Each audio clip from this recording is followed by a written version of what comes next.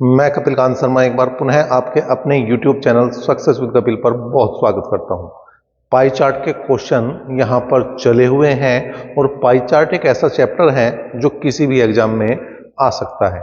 आप UP police की तैयारी कर रहे हो, दिल्ली पुलिस की तैयारी कर रहे हो, रेलवे की तैयारी कर रहे हो, एसएससी की तैयारी कर रहे हो या किसी अन्य वनडे एग्जाम की तैयारी कर रहे हो, तो उन सभी में ये चैप्टर खास है, ये चैप्टर इंपॉर्टेंट है। और सबसे बड़ी बात है, अगर आप इसको सीख लेते हैं तो आपके एक नहीं एक साथ 5 क्वेश्चन पक्के होते हैं। उन 5 क्वेश्चनों को करने के लिए आपको ज्यादा एफर्ट लगाने की जरूरत नहीं पड़ती अगर आप इसे सीख जाए। तो ये पाई चार्ट आपका काम करेगा क्वेश्चन नंबर 61 में, 64 में और 65 में।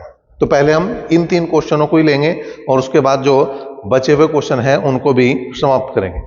सामने दिया गया वृत्त आरेख 6 अलग अलग कंपनियों द्वारा किसी कार्यालय में प्रदत्त लैपटॉप की संख्या को लैपटॉपों की कुल संख्या के प्रतिशत के रूप में दर्शाता है। वृत्त आरेख में प्रदर्शित केंद्रीय कोण किसी चयनित पैमाने के अनुसार नहीं है।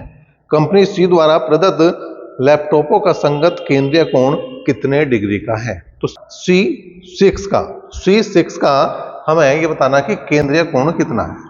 अब टोटल केंद्रीय कोण हुआ है 360। हमने बता रखा कि पूरा जो कोण होता है वो कितना होता है 360, और यहां पे हमें बताना है C6 का, इसका मतलब 11% हमें निकालना। 0 0 गया, 11 6 66, 6 11 33 और 6 39, 10 से भाग करेंगे तो आ जाएगा 39.6 डिग्री, और यह इस क्वेश्चन का एक तरह से सही जवाब होगा। 64वां क्वेश्चन देखते हैं जो इसी पर आधारित है। 64वां क्वेश्चन क्या कह रहा है भाई?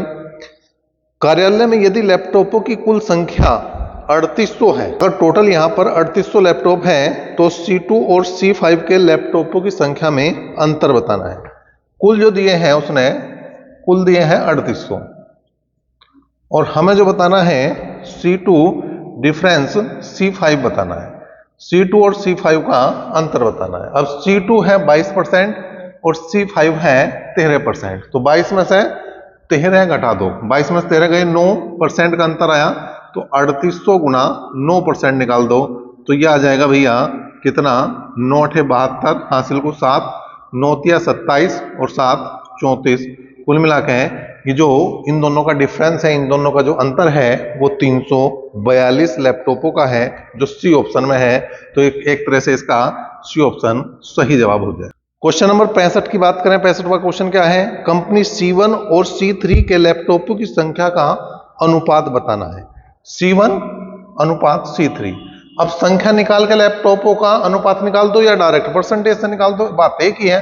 तो C1 का 12% है और C3 का है 18%। इन दोनों को अंतर निकाल दो तो 6 दूनी 12 और 6 3 18। इसका मतलब इनका जो अनुपात है वो 2:3 का है, और 2:3 आपका किस ऑप्शन में आ रहा है? ये आ रहा सी ऑप्शन में। तो इसका सी ऑप्शन एक तरह से सही सटीक जवाब हो जाएगा। अगला पाई चार्ट जो है वो क्वेश्चन नंबर 63 के लिए, 66 के लिए और 67 के लिए काम करेगा, और क्वेश्चन नंबर 62 हम पहले ही देख चुके हैं। तो 63वें क्वेश्चन की बात करें, यहां दिया गया वृत्त आरेख 2012 से 2016 तक की किसी परीक्षा में चयनित उम्मीदवारों के प्रतिशत को दर्शाता है। तो चयनित अभ्यर्थियों की कुल संख्या अगर 720 है तो 2015 में चयनित कुल उम्मीदवार 2013 में चयनित कुल उम्मीदवारों से कितने प्रतिशत कम है? अब इसने बात करी है 2015 की और इसने बात करी 2013 की। अब 2015 में है 10% और 2013 में है 25%। अब थोड़ी देर के लिए परसेंटेज अगर मैं हटा दूं और इन्हीं को संख्या मान लूं तो कितने कम है भाई? ये 15 कम है। ठीक है, कितने कम है? 15 कम है।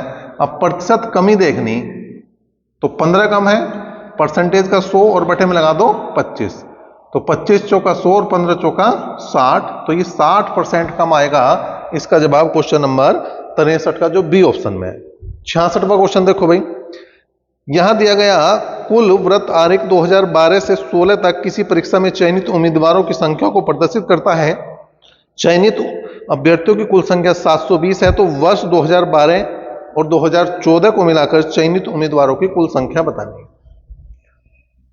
क्वेश्चन नंबर 66 बात कर रहा तो 2012 और 2014 की बात कर रहा। अगर 12 में देखूं तो 20% है, और 14 में देखो तो 15% है, कुल मिला क्या हो गया 35%। तो 720 का 35% निकालना भैया, 720 का 35% निकालना। एक जीरो से एक जीरो गई, 5 सते 35, 5 दूनी 10, 2 से काट दिया हमने 36 बार, और 6 सते 42, हासिल को 4, और 7 तिया 21 और 4 25, कुल मिला के 252 यहाँ पर टोटल है 2012 और 2014 में चयनित अभ्यर्थी। क्वेश्चन नंबर 67 की बात करें तो उसने कहा किस वर्ष में चयनित उम्मीदवारों की संख्या 2012 और 2014 को एक साथ मिलाकर चयनित उम्मीदवारों की संख्या के बराबर है।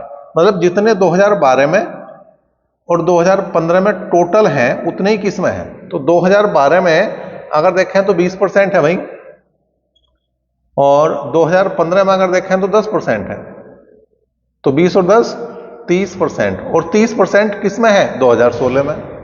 तो इसका मतलब जितने 2012 और 2015 में कुल चयनित हुए हैं उतने ही 2016 में अकेले में ही चयनित होगी। 2016 में एक तरह से सबसे ज्यादा अभ्यर्थी चयनित हुए। क्वेश्चन नंबर 68 की बात करें, सम्मुख वृत्त आरेख निर्यातक देशों की बाजार हिस्सेदारी को दर्शाता है।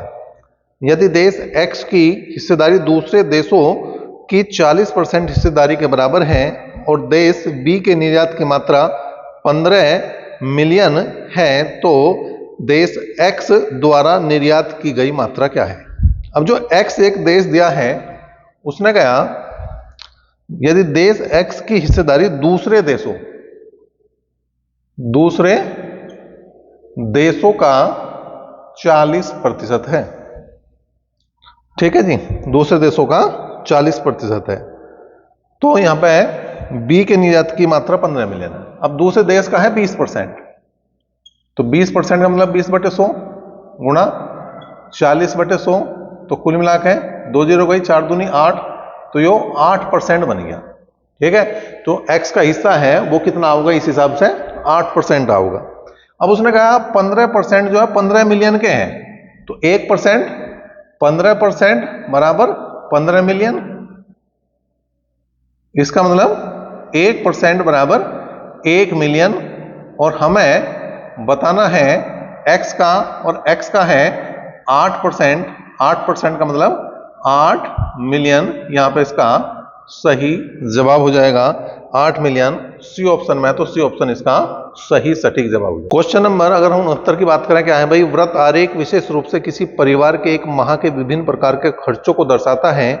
एक माह में शैक्षिक शुल्क के रूप में खर्च की राशि अगर 18,000 रुपए है तो परिवार का कुल मासिक व्यय कितना है। वृत्त आरेख में व्यय के विभिन्न शीर्षों के सामने दर्शाए गए आंकड़े केंद्रीय कोण को दर्शाते नहीं है। तो पहले यहां टोटल देख लो भाई, कुल कितना है। कुल 90 प्लस 72 प्लस 90 प्लस 45 प्लस 108 और प्लस 135, 1 2 3 4 5 6, 1 2 3 4 5 6, ठीक है भाई। तो 2 और 8 10, 5 और 5 10, 10 20 की जीरो हासिल को 2, 9 और 2 11, 11 और 7 18 और 9 27, 27 4, 27 4 31 और 3 34 का 4 का हासिल को 3, 3 और 1 4 और 1 5, टोटल है 540। अब यहां पे जो बात कही है उसने, जो शिक्षा वाला व्यय है वो 18,000 रुपए, और शिक्षा की अगर बात करूं तो 90 बराबर ही हो गया किसके 18,000, और 540 बराबर आ जाएगा किसके कुल के। तो 9 6 54, 6 की गुणा कर दो तो कुल हो जाएगा भैया 3 जीरो, तो यहां लगा दो 18 6 का 108, तो यहां पर ये टोटल व्यय हो जाएगा। कुल मिलाकर टोटल व्यय आपके सामने आया, और ये है 1,08,000, किस ऑप्शन में, ए ऑप्शन। अगला पाई चार्ट जो है वो 70वें क्वेश्चन के लिए है, 72 के लिए, 74 के लिए, 75 के लिए, चारों क्वेश्चन के लिए ये एक ही पाई चार्ट काम करने वाला है। तो 70वां क्वेश्चन देखो क्या है, दिए गए वर्ग चित्र में एक व्यक्ति के मासिक व्यय के वितरण को दर्शाया गया है। यदि व्यक्ति की कुल आय 50,000 रुपए है तो किराए पर कितना व्यय हो। टोटल जो है वो 50,000 रुपए है, तो किराया बताना। तो 50,000 तो टोटल है भाई, और किराया है 16%, तो 16/100 निकाल दो। 2 जीरो गई, 2 जीरो और 16 पंजे 80। तो यहाँ पे कुल मिला के 8,000 रुपये क्या दे रहा है वो, किराया दे रहा है। क्वेश्चन नंबर, अब हम बात करेंगे 72 की। उसने कहा शिक्षा पर किए गए व्यय के क्षेत्र द्वारा बनाया गया केंद्रीय कोण। शिक्षा का केंद्रीय कोण बताना। शिक्षा का केंद्रीय कोण, केंद्रीय कोण टोटल हो गए 360, भाई पूरा जो चक्कर लगाओगे तो 360 बनेगा।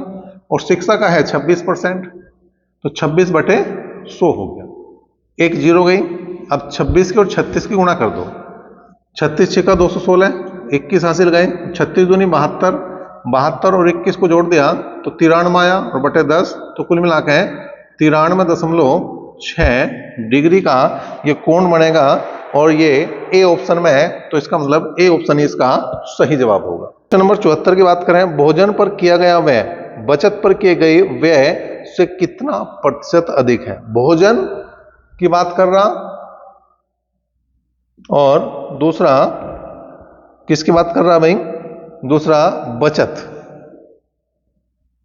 तो भोजन पर जो व्यय है वो 23 है अगर, तो बचत पे 20 रुपए का व्यय है। कितने का अंतर आ रहा, 3 का। अब वो कह रहा कितना ज्यादा है, प्रतिशत अधिक पूछ रहा। 3 अधिक है, परसेंटेज का 100, और अगर अधिक निकालना तो कम वाली वैल्यू नीचे लिखे जा, तो 20 पंजे 100 और 15% ये ज्यादा है जो बी ऑप्शन में, तो इसका बी ऑप्शन बिल्कुल सही बनेगा। तो बहुत आसान से क्वेश्चन है। मैं समझता हूं इतने आसान क्वेश्चन अगर आप पेपर में छोड़ आओगे तो बहुत दिक्कत की बात है। ये तो सीख के जाने हैं, इनमें कोई ऐसी समस्या वाली आफत वाली बात नहीं है कि इन क्वेश्चनों को भी आप छोड़ दो, इनको ना कर आओ। पेपर में बिल्कुल होने चाहिए क्वेश्चन। क्वेश्चन नंबर 75 देखो भाई क्या है, यदि कपड़ों पर किया गया व्यय 3,000 रुपए है तो शिक्षा पर किया गया व्यय कितना है। कपड़ों का जो परसेंटेज है वो 15 है, तो 15% बराबर 3,000 के है। और निकालना किसका है, शिक्षा। शिक्षा का है 26%, तो कितना आ जाएगा भाई, 15 दूनी 30। और शिक्षा का जो व्यय बनेगा भैया वो बनेगा 26 दूनी 52, 5200 रुपए का ये व्यय बनेगा, जो ऑप्शन नंबर सी में। नंबर 71 की बात करें, नीचे दिए गए वृत्त चित्र में महेश के व्यय को दर्शाया गया है। महेश की मासिक आय 26,000 रुपए है। अब पूछ क्या रहा भाई, बचत, किराए और ईंधन पर किए गए व्यय के औसत तथा भोजन, परिवहन तथा बचत पर किए गए व्यय के औसत के बीच लगभग कितने का अंतर है। पहले है बचत, किराए और ईंधन की बात कर रहा, पहले इनका निकाल लो भैया। तो बचत है आपकी 22%, किराया है आपका 8% और ईंधन है आपका 20%, तो कुल मिला के 50% तो ये हो गया। अब दूसरा देखो, भोजन, परिवहन और बचत। भोजन, परिवहन और बचत की बात कर रहा, तो भोजन 18%, परिवहन 15% और बचत जो है आपकी बचत 22%। तो 22 और 18, 40 और 15 ये हो गए 55%। तो दोनों का अंतर जो आया वो आया 5% का। अब देखो औसत नहीं निकाला मैंने स्टार्टिंग में, क्यों निकाला, 3 ही यहां है, 3 ही यहां है, मतलब 3 से यहां भाग करनी थी, 3 से यहां भाग करनी थी, तो मैं औसत की बात करूंगा तो 3 से यहां भाग कर दूंगा। अब अंतर देखना मुझे, 26,000 रुपए पे अगर मैं अंतर देखूंगा 5/3% का, तो परसेंटेज के लिए क्या लगाऊंगा बटे में 100, परसेंटेज के लिए क्या लगाऊंगा बटे में 100। 2 जीरो गई, 26 पंजे 130, तो 1300/3 आ गया। भाग करूंगा तो 3 चौक 12, 3 तिया 9, 3 तिया 9, तो 433। 433 किस ऑप्शन में, ए ऑप्शन में लगभग में दिया, तो इसका मतलब पॉइंट हमें छोड़ना ही छोड़ना, पॉइंट में हमें कुछ नहीं करना अलग से है। यही हमारा उत्तर बन गया 433। अगला पाई चार्ट अगले 5 क्वेश्चनों के लिए काम करने जा रहा है, 73, 76, 77, 78 और 79। देखिए बीच बीच में ये गैप जो आ रहा है वो इसलिए आ रहा है कि किताब में जो सार्थक किताब है उसमें इसने क्या करा कि अलग अलग के लिए पाई चार्ट तो अलग अलग बना दिया, लेकिन क्या है कि उसी पाई चार्ट पर अलग अलग क्वेश्चन दिए हैं, तो हमने वो इकट्ठे कर करके ये क्वेश्चन कर रहे हैं। आप जब देखोगे तो एक भी क्वेश्चन कोई छुटा हुआ नहीं मिलने का। अगर कोई छुटता है क्वेश्चन तो आप कमेंट बॉक्स में बिल्कुल कमेंट कर दें, वैसे हमने अपनी तरफ से एक भी क्वेश्चन नहीं छोड़ा है, और ना जब तक ये खत्म नहीं होने का पाई चार्ट ना कोई क्वेश्चन छोड़ने के। तो क्वेश्चन नंबर जो अब है आपके सामने वो है 73। क्या है, नीचे दिए गए वृत्त चित्र में 2016 के दौरान एक परिवार के व्यय के वितरण डिग्री में को दर्शाया गया है। वर्ष 2016 में परिवार की कुल आय 10,80,000 है। तो परिवार की आय वर्ष 2015 में वर्ष 2016 की आय से 20% कम थी, और 2015 तथा 2016 में उसकी बचत का अनुपात 2:5 है। तो वर्ष 2015 में उन्होंने अपनी आय का लगभग कितने प्रतिशत बचत की, ये बतानी। अब इसने जो बात करी 2016 में 10,80,000 थी, और उसने कहा 2015 में वर्ष 2016 की आय से 20% कम थी। अब यहां पर दोनों साल की लिख लो। 2016 की आय दे रखी भैया 10,80,000, ठीक है, ये क्वेश्चन नंबर है भैया, ठीक है। तो 10,80,000 रुपए, और 2015 में जो है इससे 20% कम है। तो 20% कम का मतलब 80% है भाई। 20% का मतलब ही क्या होगा, 80% कम है। 20% कम का मतलब 80% है, तो 80/100 कर देंगे। 2 जीरो गई, तो यहां पे 1 2 3 जीरो तो आई, और 8/64 और 8 एकम 8। तो कुल मिला के 8,64,000 रुपए यहां पे 2015 की आय। अब आगे बढ़ो जी। उसने कहा वर्ष 2015 तथा 2016 में बचत का अनुपात 2:5। 2 किसका है, 2015 का है, और 2016 का 5 है। 2016 का 5 है। तो पहले मैं 2016 की बचत निकाल लूंगा। अब बचत के लिए देखो कितना है, बचत के लिए 30 डिग्री का कोण है। टोटल है 10,80,000, और 30 डिग्री का कोण है, तो 30/360 हम यहां पे करेंगे। 1 जीरो गई, 3 से काट दिया हमने 12 बार, तो 12 निम्मा 108। कुल मिला के 90,000 रुपए की बचत आ गई। कुल मिला के 90,000 रुपए की बचत आ गई।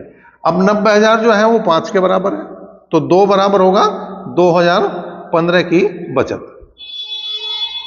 5 से मैंने काट दिया, 18 पंजे 90, तो 18,000 बार कटा। तो 2015 की अगर मैं बचत की बात करूं तो वह जाएगी 18 दूनी 36,000 रुपये।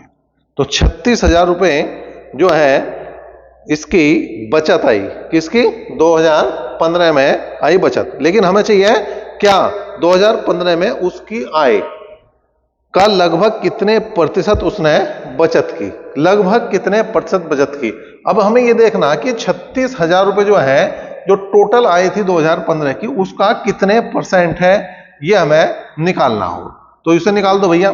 कहां को निकाल दो, यहीं को निकाल दो। चलो मैं, तो यह है 36,000 गुणा परसेंटेज का 100 और बटे टोटल, ठीक है भाई। तो यहां पे 3 जीरो तो साफ कर दो, कर दी भाई। 4 से काट दिया मैंने, 4 नीम 36, 4 से काट दिया मैंने, 4 दूनी 8, 4 एकम 4, 4 छिक 24। फिर 4 से काट दो, 4 दूनी 8, 1 बचा, 4 दूनी 8 और 4 पंजे 20, 4 पंजे 20, 4 चौक 16, ठीक है भाई। अब यहां पे 3 से काट दो, 3 एकम 3 और 3 अठे 24, 3 सत्ते 21 और 3 पंजे 15। फिर काट दो भैया 3 से, 3 संग 18, 3 से काट दिया हमने, 25 बार कट गया। तो कुल मिलाकर 25/6 का मतलब 4 अगर मैं भाग दूं तो 6 चौक 24, 4 पॉइंट किसी एक में दे रखा, बिल्कुल एक में दे रखा, 4.166 के लगभग, जो ऑप्शन नंबर बी है वो इसका सही जवाब हो जाए। क्वेश्चन नंबर 76 देखो भाई, क्या कह रहा, यहां पे डाटा सेम है। अब क्वेश्चन पे चल रहे डायरेक्ट। किराए, भोजन तथा परिवहन पर मिलाकर कुल कितना व्यय है। किराया, परिवहन और भोजन। अब किराए की बात करूं तो किराया है 90, परिवहन की बात करूं 40 डिग्री का कोण है, और भोजन की बात करूं तो भोजन हो गया 60। तो 60 40 100 और 90 190 डिग्री का यहां पे कोण। रुपये में बताना कुल खर्च। इन तीनों की बात चल रही, इन तीनों की बात चल रही, इन तीनों का कुल खर्च है भाई। तो ये है 10,80,000 तो है ही टोटल खर्चा। 190 बटे क्या कर दूंगा मैं 360, क्योंकि ये कोण है, क्योंकि ये कोण है डिग्री में, तो 0 से 0 गया। 36 तिया 108, इसके सामने 4 जीरो बिल्कुल लगाऊंगे। 19 तिया 57, उसके सामने 4 जीरो बिल्कुल लगाऊंगे। तो इस तरह से ये आ गया आपका ऑप्शन नंबर सी। 77वां क्वेश्चन देखो भाई क्या कह रहा। 77वां क्वेश्चन है, शिक्षा बचत तथा किराए पर कुल व्यय का औसत क्या होगा। औसत बताना आपके, शिक्षा बचत और किराए। शिक्षा पे कितना 90, बचत पे कितना भैया, बचत पे है 30 और किराए पे है 90। तो 90 दूनी 180 और 30 हो गए 180 और 30 हो गए 210। औसत निकालना तो 3 से भाग कर दूंगा तो कुल मिलाकर 70 डिग्री का कोण आ गया। हमें चाहिए खर्च, तो 10,80,000 का मुझे 70 बटे 360 निकालना पड़ेगा। जीरो गई, कितनी बार काटा 3 बार, इसके सामने 4 जीरो और 7 या 21 के सामने 4 जीरो लगाओ और उत्तर पाओ, और ये उत्तर आपको मिलेगा किस ऑप्शन में, डी ऑप्शन।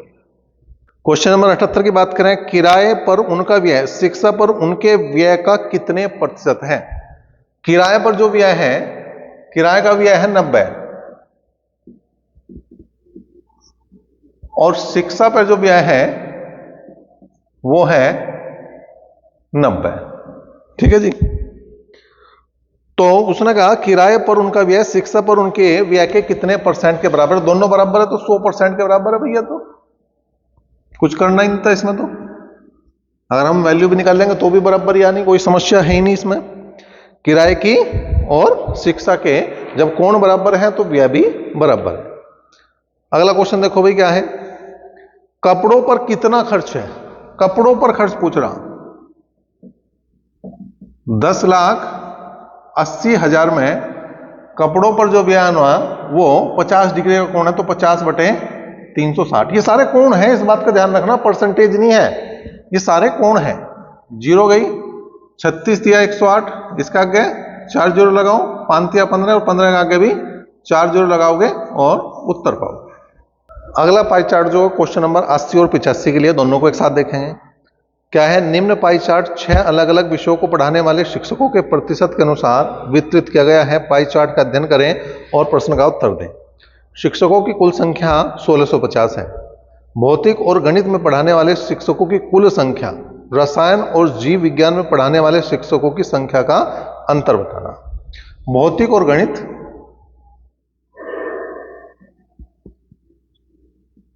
देखें भाई, भौतिक का 18%, गणित का 14%। 18 में 14 जोड़ दो तो 32% आ गया। उसके बाद उसने कहा रसायन और जीव विज्ञान, रसायन का 24% और जीव का 12%, तो ये 36% आ गया। अंतर देख लो तो 4% का आ गया।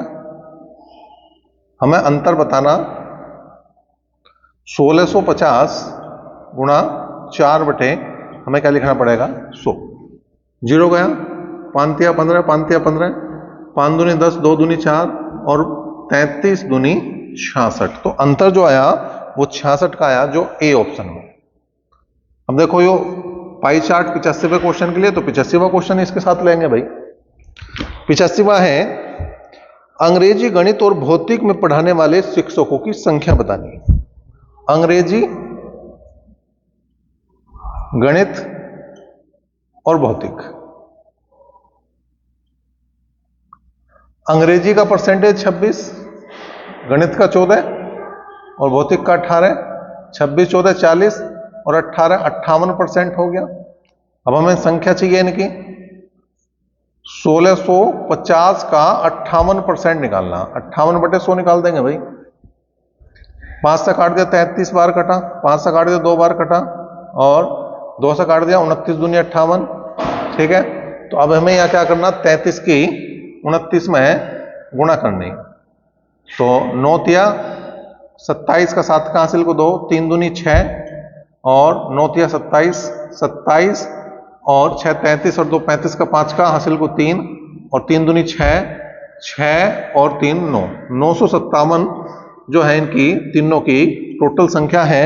और 957 की अगर मैं बात करूं तो बी ऑप्शन इस बार सही हो जाएगा, बी ऑप्शन। अगला पाई चार्ट जो क्वेश्चन नंबर 81 और 83 के लिए है, तो दोनों क्वेश्चनों को एक साथ देखेंगे भाई। निम्नलिखित पाई चार्ट का अध्ययन करें और दिए गए प्रश्न का उत्तर दें। पाई R1 वर्ष 2018 में किसी कंपनी का बजट व्यय विभिन्न मदों ए बी सी डी और ई पर दर्शाता है। मद डी पर हुए व्यय को निरूपित करने वाले त्रिज्या खंड कोण बताना है। डी का कोण बताना। अब 360 का 15% निकाल दो, बस काम बन जाएगा। कितना आया भाई? 15 6 का 90, 9, 15 थिया 45 और 9 54, तो 0 0 भी गई, तो 54 डिग्री का यहां पे कोण आ गया। अब देखने का बवाल सा क्वेश्चन लग रहा, बवाल सा इतना बड़ा क्वेश्चन दे दिया है, कुछ नहीं, कितना आसान। अगर मैं यहां ये चीज भी ना लिखूं, डायरेक्ट आप कर सको, इसमें कोई ऐसी आफत वाली बात नहीं है कि ये होने के नहीं क्वेश्चन, हम ऐसा करेंगे वैसा करेंगे, कुछ नहीं है। क्वेश्चन नंबर 83 की बात करें तो यदि वर्ष 2018 में ए पर 165 करोड़ रुपए का खर्च हुआ हो तो वर्ष कुल खर्च कितने करोड़ रुपए का हुआ है ये बताना। 165 करोड़ का खर्च हुआ ए पे, तो 55% बराबर वो 165 के हैं, तो 100% बराबर कुल के हैं।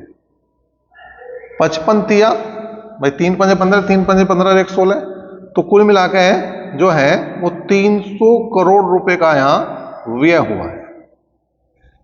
अगला पाई चार्ट जो है वो क्वेश्चन नंबर 82 और 84 के लिए काम करेगा। पहले 82वां क्वेश्चन देखेंगे। दिया गया पाई चार्ट विभिन्न खेलों में नामांकित विद्यार्थियों के प्रतिशत को निरूपित करता है। विद्यार्थियों की कुल संख्या 2800 है। यदि क्रिकेट खेलने वाले 24 विद्यार्थियों को कबड्डी में स्थानांतरित कर दिया जाए तो क्रिकेट और कबड्डी में विद्यार्थियों की संख्या का नया अनुपात क्या है? तो पहले क्रिकेट के और कबड्डी के खिलाड़ी निकालने पड़ेंगे। टोटल खिलाड़ी जो जिसने दिए हैं वो दिए हैं 2800, तो 2800 का पहले हम निकालेंगे क्रिकेट के लिए 23%। ठीक है भाई, ये गए जी, कितना हुआ?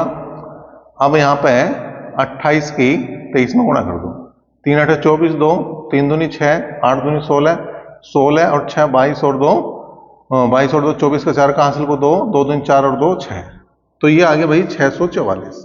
अब कबड्डी की बात करें तो 2800 का 12%, तो 12 8 96, 9 12 दूनी 24, 24 और 9 33, तो ये हो गया इतने भाई। अब इसने करा क्या? इसने करा कि क्रिकेट खेलने वाले 24 को कबड्डी में भेज दिया, इसमें तो 24 जोड़ दो और इसमें से 24 घटा दो, तो ये तो बच गए 620 और ये हो गया भाई 360। अब इनका अनुपात चाहिए 620 और 360 का। 0 0 गया, 2 से काट दिया 31 बार, 2 से काट दिया 18 बार, तो 31 अनुपात 18 वो अनुपात बनेगा क्वेश्चन नंबर 82 का 31 अनुपात 18 सी ऑप्शन में। अब देखेंगे भाई क्वेश्चन नंबर 84 का कह रहा हॉकी और टेनिस दोनों में ही नामांकित विद्यार्थियों की औसत संख्या क्या है? हॉकी और टेनिस की बात करी, औसत बताना उसका भी। हॉकी में है 26 और टेनिस में है 14 और बटे 2 कर दो, तो 40 बटे 2 का मतलब 20%। हमें संख्या बतानी, तो क्या करेंगे भाई? 2800 का 20% निकाल देंगे। 28 दूनी 56, 560 टोटल है हॉकी और टेनिस का औसत। जितने खिलाड़ी हॉकी और टेनिस में है उनका औसत जो है कितना है? 560 है।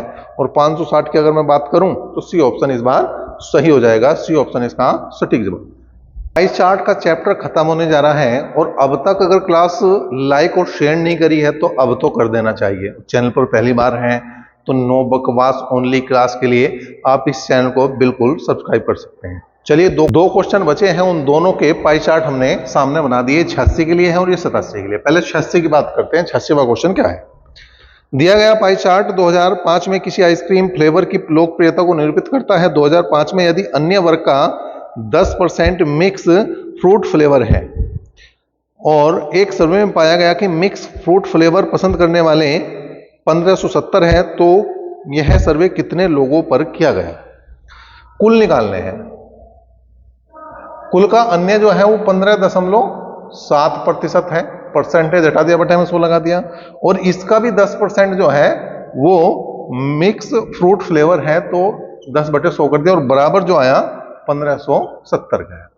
इसने इसे को हटाया, इसने इसे भाग दिया, तो यह आ गया 10। तो कुल की अगर मैं बात करूं तो एक के सामने 2 और 2 4 और 1 5 जीरो लगा दो, मतलब 1 लाख पे ये सर्वे करा गया है। क्वेश्चन नंबर 86 का जवाब जो बनेगा वो 1 लाख बनेगा, और जो बी ऑप्शन में है, तो एक तरह से बी ऑप्शन इसका सही जवाब होगा। पाई चार्ट का लास्ट क्वेश्चन है ये, क्वेश्चन नंबर 87। दिया गया पाई चार्ट 2015 में की आइसक्रीम फ्लेवर की कुल बिक्री को प्रदर्शित करता है। 2015 में वनीला फ्लेवर की कुल बिक्री 3300 रुपए की थी, तो चॉकलेट की कुल बिक्री कितनी थी ये बताना। वनीला की देखो कितना है, वनीला की 16.5% है, और वो बराबर आ रहा 3300 के। चॉकलेट का देखना, चॉकलेट का है भैया 25.8% बराबर चॉकलेट। देखो भाई पॉइंट से पॉइंट गया, 165 दूनी 330 में, तो कुल मिलाकर 20 बार कट गया। चॉकलेट की अगर मैं बात करूं तो यहां पे गुणा करनी पड़ेगी किसकी, 258 की 20 में, 0 2 8 16 का 6 का हासिल को 1, 25 दूनी 50 और 1 51, कुल मिलाकर 5160 रुपए। 5160 रुपए किस ऑप्शन में है? बी ऑप्शन में है, तो इसका भी बी ऑप्शन सही रहा। तो लास्ट के दोनों क्वेश्चनों का ऑप्शन क्या आया? बी सही आया। आपको ये क्लास कैसी लगी? आपको ये बात कैसी लगती है कि हम बीच पे कोई भी इधर उधर की बात नहीं करते, डायरेक्ट आपके काम की बात करते हैं, डायरेक्ट आपकी क्लास की बात करते हैं, डायरेक्ट आपके मतलब की बात करते हैं, क्वेश्चनों की बात करते हैं, एक भी सेकंड आपका जाया नहीं होने देते। अभी तक के लिए इतना ही, नेक्स्ट क्लास तक बने रहे साथ। धन्यवाद।